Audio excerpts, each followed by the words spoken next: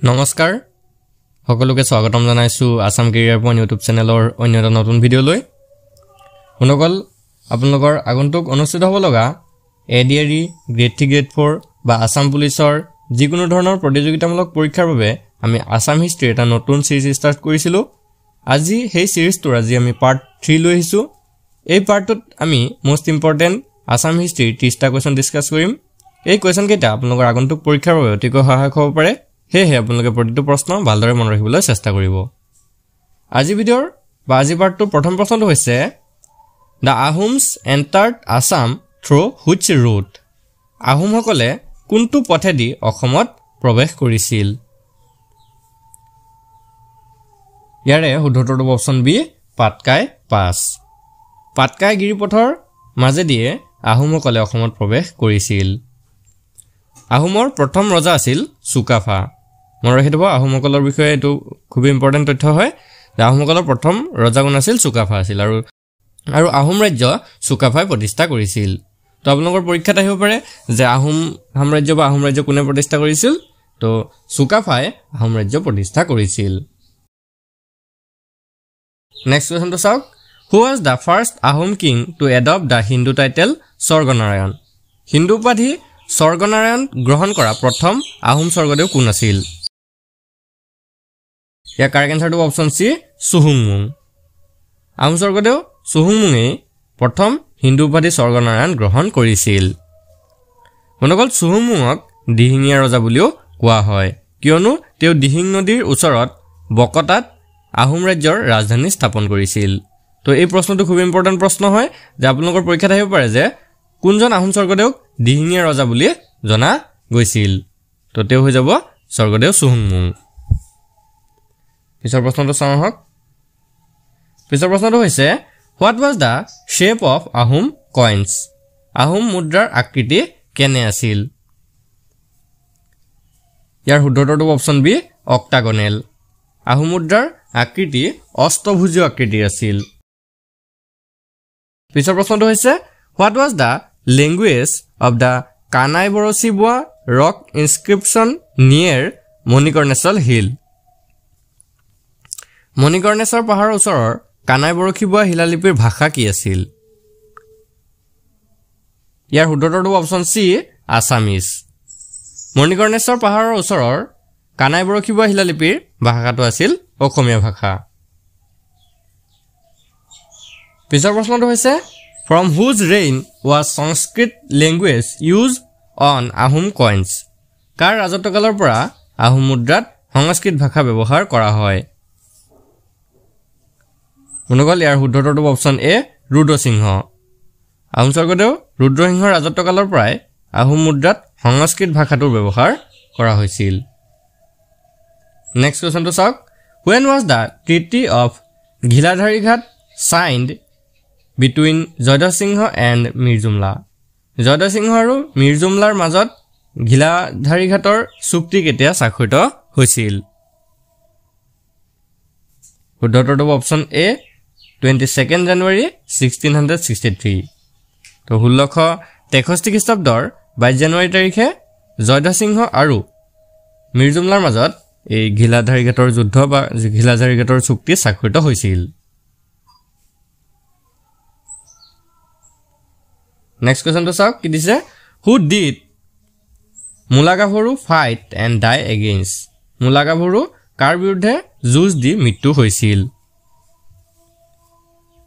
ইয়াৰ শুদ্ধটো option এ তুৰ্বক তো মুলাগাভৰু তুৰ্বকৰ বিৰুদ্ধে যুঁজ দি মৃত্যু হৈছিল নেক্সট কোৱেশ্চনটো হৈছে What was the shape of Kuch coins কুচ মুদ্ৰাৰ আকৃতি কেনে আছিল ৰাইট আনসাৰটো অপচন ডি ৰাউণ্ড অৰ্থাৎ ঘূৰণীয়া আকৃতিৰ আছিল মনকল ৰূপ আৰু সোণেৰে কুচ মুদ্ৰাসমূহ তৈয়াৰ কৰা হৈছিল নেক্সট কোৱেশ্চনটো হৈছে Which post was created by Suhungmung সুহুংমুঙে কোনটো পদৰ সৃষ্টি কৰিছিল ৰাইট আনসাৰটো option C Borpatra Gohain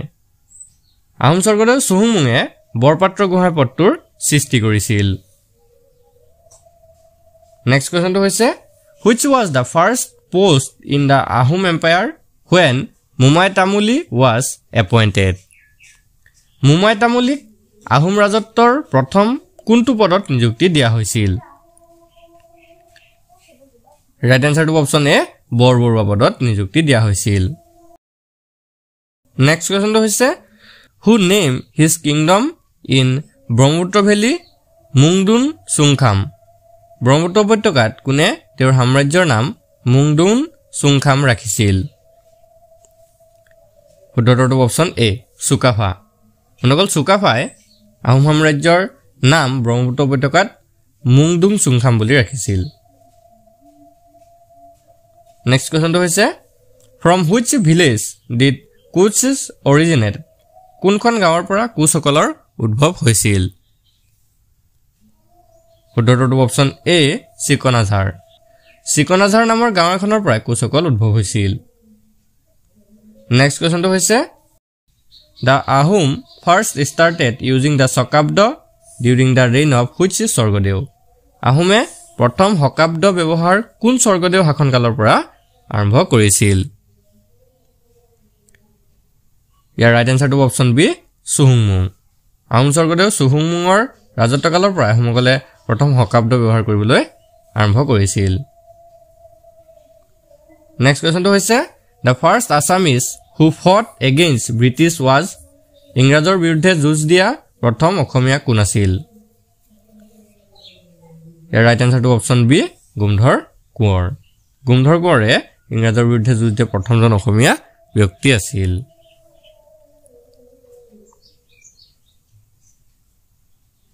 next কোৱেশ্চনটো হৈছে the Ahoms entered the Brahmaputra Valley in আহোমসকলে কোন চনত ব্ৰহ্মপুত্ৰ উপত্যকাত প্ৰৱেশ কৰিছিল উত্তৰটো অপচন সি 1228 এৰি 1228 খ্ৰীষ্টাব্দত আহোমসকলে ব্ৰহ্মপুত্ৰ উপত্যকাত প্ৰৱেশ কৰিছিল নেক্সট প্ৰশ্নটো হৈছে the first battle fought by Ahom against Mughals was মোগলৰ বিৰুদ্ধে আহোমৰ প্ৰথমখন যুদ্ধ কোনখন আছিল উত্তৰটো অপচন সি ভৰলীৰ যুদ্ধ তো মোগলৰ বিৰুদ্ধে আহোমসকলৰ প্ৰথমখন যুদ্ধ আছিল ভৰলীৰ যুদ্ধ বন্ধুসকল ইয়াতে আপোনালোকক এটা ইম্পৰ্টেণ্ট কথা জনাই থওঁ যদি আপোনালোকে এডিআৰই পৰীক্ষাৰ বাবে আৰু ভালদৰে প্ৰস্তুতি চলাব বিচাৰে তেন্তে আপোনালোকৰ বাবে খুবেই ইম্পৰ্টেণ্ট পিডিএফ কিছুমান আমি তৈয়াৰ কৰিছো এই পিডিএফ সমূহত এক্সামৰ বাবে প্ৰয়োজনীয় সকলোবোৰ সাবজেক্ট পাই যাব মেথছ আৰু ৰিজনিং সলভ কৰা পাব প্ৰিভিয়াস ইয়াৰ সলভ পেপাৰ পাব আপুনি দোকানৰ পৰা যদি একোখন কিতাপ কিনিবলৈ যায় তেনেহলে 400 টকাৰ পৰা 500 টকা লৈ ল'ব আৰু সকলোৱে এই 400-500 টকাত গৈ কিতাপবোৰ কিনি আনি পঢ়িব নোৱাৰে আৰু হেহে আমি তেওঁলোকৰ বাবে খুব কম মূল্যত কেৱল 79 টকাত সকলোবোৰ সাবজেক্ট থকা পিডিএফ সমূহ আমি প্ৰস্তুত কৰিছো এই পিডিএফ সমূহত আপোনালোকে আসামিজ আৰু ইংলিশ এই দুইটা মাধ্যমতে সকলোবোৰ বস্তু পাই যাব তো যদি কাৰোবাৰ প্ৰয়োজন হয় তেনেহলে আপোনালোকৰ স্ক্ৰিনত থকা নাম্বাৰটোত আমাক হোৱাটসঅ্যাপ কৰি এই পিডিএফ সমূহ লৈ ল'ব পাৰিব তো বলক এতিয়া আমি নেক্সট কোৱেশ্চনটো চাওঁ নেক্সট কোৱেশ্চনটো হৈছে the Tai Ahom name of Bamuni Kor was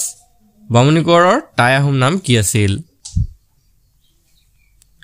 মনগল year শুদ্ধটো option এ সুদাংফা বামুনি কোৰৰ টাই আহোম নাম আছিল সুদাংফা নেক্সট প্ৰশ্নটো হৈছে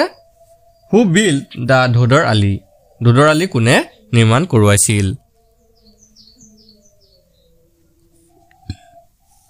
ইয়াৰে শুদ্ধটো অপচন এ গদাধৰ সিংহ আহোম স্বৰ্গদেউ গদাধৰ সিংহই ধোদৰ আলী নিৰ্মাণ কৰাইছিল নেক্সট কোৱেশ্চনটো হৈছে The Navagraha temple of Guwahati is situated on the crest of the hill. Guwahatir ওচৰৰ নৱগ্ৰহ মন্দিৰ কোন পাহাৰ শিখৰত অৱস্থিত ইয়াৰে শুদ্ধটো অপচন বি চিত্ৰাচল পাহাৰৰ ওপৰত অৱস্থিত মনত ৰাখিব নৱগ্ৰহ মন্দিৰ 1752 খ্ৰীষ্টাব্দত আহোম ৰজা ৰাজেশ্বৰ সিংহৰ দ্বাৰা নিৰ্মাণ কৰা হৈছিল তো ভালদৰে মনত ৰাখিব 1752 অৰ্থাৎ 1752 চনত আহোম স্বৰ্গদেউ ৰাজেশ্বৰ সিংহই নৱগ্ৰহ মন্দিৰ নিৰ্মাণ কৰোৱাইছিল নেক্সট কোৱেশ্চনটো হৈছে in which year was the capital of Assam shifted from Sivasagar আৰু তেতিয়া ৰংপুৰ টু যোৰহাট তো অসমৰ ৰাজধানী শিৱসাগৰৰ ৰংপুৰৰ পৰা যোৰহাটলৈ কিমান চনত স্থানান্তৰ কৰা হৈছিল খুব ইম্পৰ্টেন্ট প্ৰশ্ন হয় ইয়াৰ ৰাইট আনসাৰ হ'ব অপচন এ 1794 তো 1794 খ্ৰীষ্টাব্দত আহোম স্বৰ্গদেউ গৌৰীনাথ সিংহই অসমৰ ৰাজধানী শিৱসাগৰৰ ৰংপুৰৰ পৰা যোৰহাটলৈ স্থানান্তৰিত কৰিছিল নেক্সট কোৱেশ্চনটো হৈছে পথৰুঘাটৰ ৰণ টুক প্লেচ ইন পথৰুঘাটৰ ৰণৰ স্থলী কোন ঠাইত আছিল তো কোনখন ঠাইত পথৰুঘাটৰ ৰণ সংঘটিত হৈছিল এই প্ৰশ্নটো আমাক সুধিছে অপচনসমূহৰ ভিতৰত শুদ্ধ অপচনটো হৈ যাব অপচন ডি দৰং তো পথৰুঘাটৰ ৰণ স্থলীটো আছিল দৰঙত আৰু এই পথৰুঘাটৰ ৰণ কেতিয়া সংঘটিত হৈছিল সেই প্ৰশ্নটো আপোনালোকৰ পৰীক্ষাত আহিব পাৰে তো মনত ৰাখিব 1894 অৰ্থাৎ 1894 চনৰ 28 জানুৱাৰী তাৰিখে পথৰুঘাটৰ ৰণ সংঘটিত হৈছিল নেক্সট কোৱেশ্চনটো হৈছে who was da astrologer of Lachit Borphukan Lachit বৰফুকনৰ জ্যোতিষী কোন আছিল ইয়াৰ ৰাইট আনসাৰটো অপচন এ সমুদ্ৰখৰি মনগল লাচিত বৰফুকনৰ জ্যোতিষী আছিল সমুদ্ৰখৰি তো ঐচিতানন্দক মনত ৰাখি থব আপোনালোকে ঐচিতানন্দক সমুদ্ৰখৰি উপাধি প্ৰদান কৰা হৈছিল তো আপোনালোকৰ কেতিয়াবা প্ৰশ্নত সমুদ্ৰখৰি বুলি নাহি ঐচিতানন্দ বুলি আহিব পাৰে তো মনত ৰাখি থব লাচিত বৰফুকনৰ জ্যোতিষীজন আছিল ঐচিতানন্দ আৰু তেৱে সমুদ্ৰখৰি উপাধি লাভ কৰিছিল নেক্সট কোৱেশ্চনটো চাওক who was known as Shukladhwaj Shukladhwaj নামেৰে কোন জনাজাত আছিল খুব ইম্পৰ্টেণ্ট প্ৰশ্ন হয় ইয়াৰে শুদ্ধ উত্তৰটো অপচন এ চিলাৰায় শুক্লধ্বজ নামেৰে চিলাৰায় পৰিচিত আছিল বন্ধুসকল চিলাৰায় হৈছে বিশ্বসিংহৰ তৃতীয় পুত্ৰ আৰু বিশ্বসিংহ হৈছে কোচ বংশৰ প্ৰতিষ্ঠাতা তো আপোনালোকৰ পৰীক্ষাত আহিব পাৰে যে কোচ বংশৰ প্ৰতিষ্ঠাতা কোন মনত ৰাখি থব বিশ্বসিংহই কোচ বংশ প্ৰতিষ্ঠা কৰিছিল নেক্সট কোৱেশ্চনটো হৈছে among the following who was known as Buddhi Swarganarayan তলৰ কোনজনক বুদ্ধি স্বৰ্গনাৰায়ণ বুলি জনা যায় ইয়াৰে শুদ্ধ উত্তৰটো অপচন বি প্ৰতাপ সিংহ আহোম স্বৰ্গদেউ প্ৰতাপ সিংহক বুদ্ধি স্বৰ্গনাৰায়ণ বুলি জনা যায়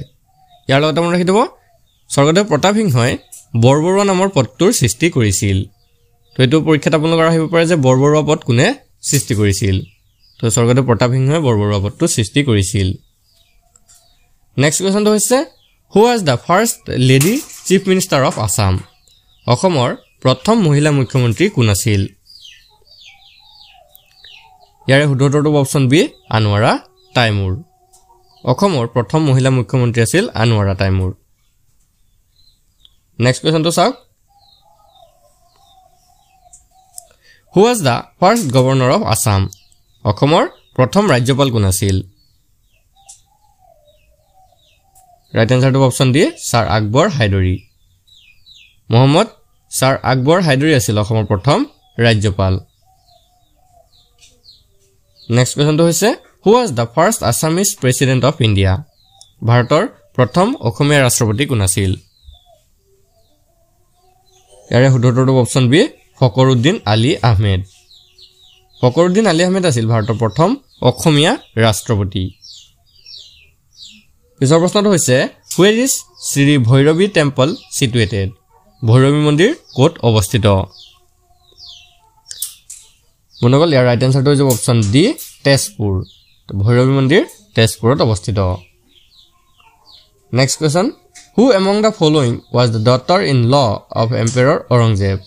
তলৰ কোনগৰাকী ঔৰংজেবৰ বুৱাৰী আছিল শুদ্ধ উত্তৰটো হৈছে অপচন চি ৰমণিকা বড়ো বন্ধুসকল ঔৰংজেবৰ পুত্ৰ মহম্মদ আজম শাহৰ পত্নী আছিল ৰমণিকা বড়ো আজি পাৰ্টটোৰ শেষৰ প্ৰশ্নটো হৈছে during whose reign was the battle of Alaboi fought কাৰ ৰাজত্বকালত আলাবৈ ৰণ সংঘটিত হৈছিল ইয়াৰে শুদ্ধ উত্তৰটো অপচন বি চক্ৰধ্বজ সিংহ চক্ৰধ্বজ সিংহৰ ৰাজত্বকালতেই আলাবৈ ৰণ সংঘটিত হৈছিল বন্ধুসকল আজি ভিডিঅ'টো আপোনালোকৰ বাবে ইনফৰ্মেটিভ হ'লে ভিডিঅ'টো এটা লাইক কৰি দিব আৰু ইয়াৰ আপোনালোকে যদি ইয়াৰ আগৰ পাৰ্টসমূহ চাব বিচাৰে তেনেহ'লে আপোনালোকে ডেছক্ৰিপশ্যনত দিয়া লিংকৰ পৰা ইয়াৰ আগৰ পাৰ্টসমূহ চাই ল'ব পাৰিব ধন্যবাদ